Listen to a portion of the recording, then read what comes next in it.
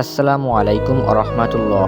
প্রিয় দর্শক, 3টি গুনাহ যদি আপনি করে থাকেন তাহলে দ্রুত মারা যাবেন। মনে রাখবেন, আপনার হায়াত কমে যাবে, আল্লাহর পক্ষ থেকে আপনার রিজিক কমে যাবে, অল্প বয়সে আপনি এই পৃথিবী থেকে চলে যাবেন। তাই সাবধান হয়ে যান, এই 3টি পাপের কাজ কখনো করবেন না। যদি কখনো এই 3টি পাপের কাজের সাথে জড়িত থাকেন, ভিডিওর শেষে আমি একটি ইস্তিগফার বলবো, যেটি আপনি আমার সাথে সাথে বলবেন। আল্লাহ পাক আপনাকে মাফ করবেন ইনশাল্লাহ। প্রিয় ভাই ও বোনেরা, গভীর মনোযোগ দিয়ে কথাগুলো শুনুন। আল্লাহ রব্বুল আলামিন আপনাকে আমাকে একটি হায়াত দিয়েছেন, সুন্দর একটি জীবন দিয়েছেন, কিন্তু আপনি আর আমি গুনাহ করতে করতে এমন গুনাহ করে ফেলেছি, জীবন থেকে বরকত উঠে গিয়েছে, আমল করতে মন চায় না। এভাবে চলতে চলতে হঠাৎ করে হায়াত শেষ। প্রিয় ভাই ও বোনেরা, এই পৃথিবীতে আল্লাহ পাক আমাদেরকে পাঠিয়েছেন একমাত্র আল্লাহ তাআলার ইবাদত করার জন্য, কিন্তু আমরা ইবাদত করি না, গুনাহের কাজের মধ্যে লিপ্ত হয়ে যাই। যেই 3টি পাপ করলে মানুষের হায়াত কমে যায়, মানুষের জীবন থেকে বরকত চলে যায়।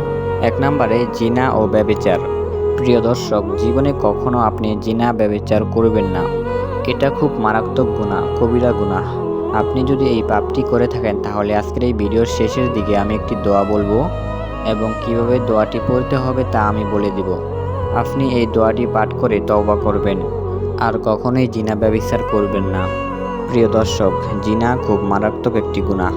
যদি করে থাকেন, আজকের এই দোয়াটি পড়ে আল্লাহর কাছে ক্ষমা চাইবেন। আল্লাহ পাক রব্বুল আলামিন পবিত্র কোরআনে বলেছেন, নিশ্চয়ই তোমরা কখনো জিনার দিকে যেও না, এগুলো অবিচার ও অশ্লীল কাজ। প্রিয় ভাই ও বোনেরা, জিনার শাস্তি কেমন হবে আপনি কি জানেন? শুনলে আপনি ভয়ে চোখের পানি ছেড়ে দিবেন।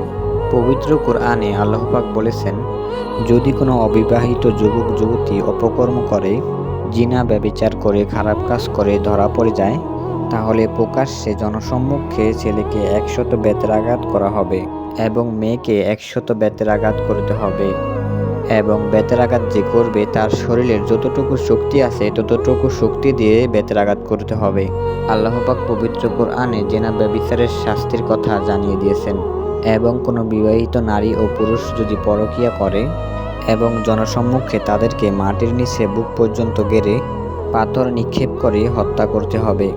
যারা জিনা ব্যভিচার করেছেন এই দুনিয়াতে শাস্তি হয় নাই, কি হয়েছে, আখিরাতে শাস্তি হবে। এখনই তওবা করে ফিরে আসুন সময় থাকতে। প্রিয় ভাই ও বোনেরা, 2 নম্বর পাপটি হলো মিথ্যে কথা বলা।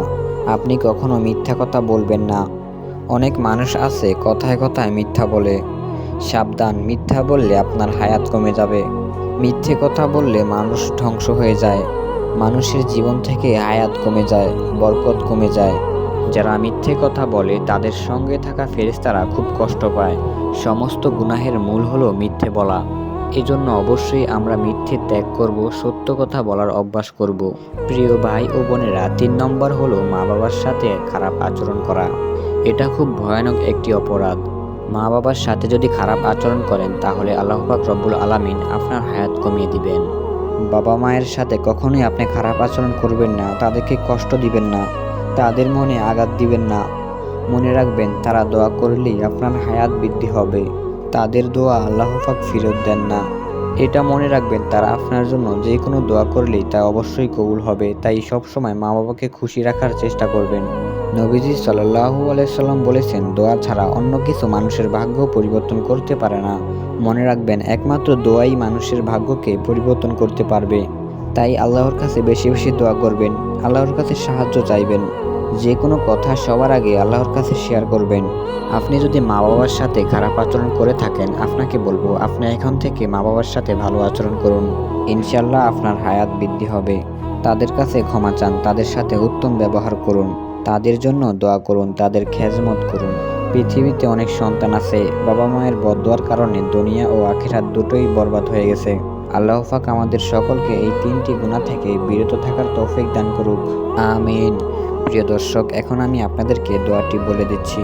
প্রথমেই আল্লাহর কাছে বলুন, হে আল্লাহ, আমি অপরাধ করেছি, ভুল করেছি, আর কখনো এই কাজ করব না, কখনো গুনাহ করব না। আমি আপনার কাছে তওবা করতেছি, আমি আপনার দিকে ফিরে আসলাম, আপনি আমাকে ক্ষমা করে দিন। প্রিয় দর্শক, এখন আমার সাথে দোয়াটি পাঠ করুন।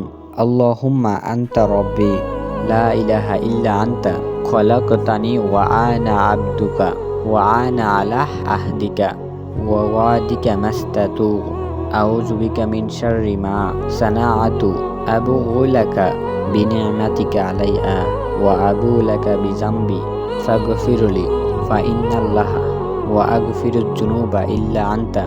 রাসূল সাল্লাল্লাহু আলাইহি সাল্লাম বলেছেন, যে ব্যক্তি বিশ্বাসের সাথে মন থেকে এই দোয়াটি পাঠ করবে, দিনে পাঠ করে রাতে মারা গেলে কিংবা রাতে পাঠ করে দিনে মারা গেলে সে জান্নাতি হবে। সুবহানাল্লাহ।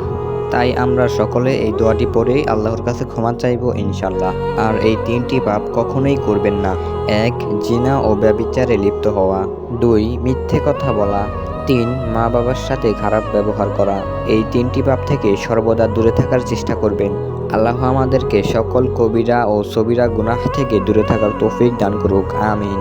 প্রিয় ভাই ও বোনেরা, ভিডিওটি ভালো লাগলে একটি লাইক দিবেন। এরকম ইসলামিক ভিডিও পেতে চ্যানেলটি সাবস্ক্রাইব করে রাখবেন এবং ভিডিওটি শেয়ার করে দিবেন যাতে অন্য মুসলিম ভাই ও বোনেরা ভিডিওটি দেখতে পারে। বেঁচে থাকলে দেখা হবে আবার পরবর্তী ভিডিওতে ইনশাআল্লাহ। আসসালামু আলাইকুম ওয়া রাহমাতুল্লাহ।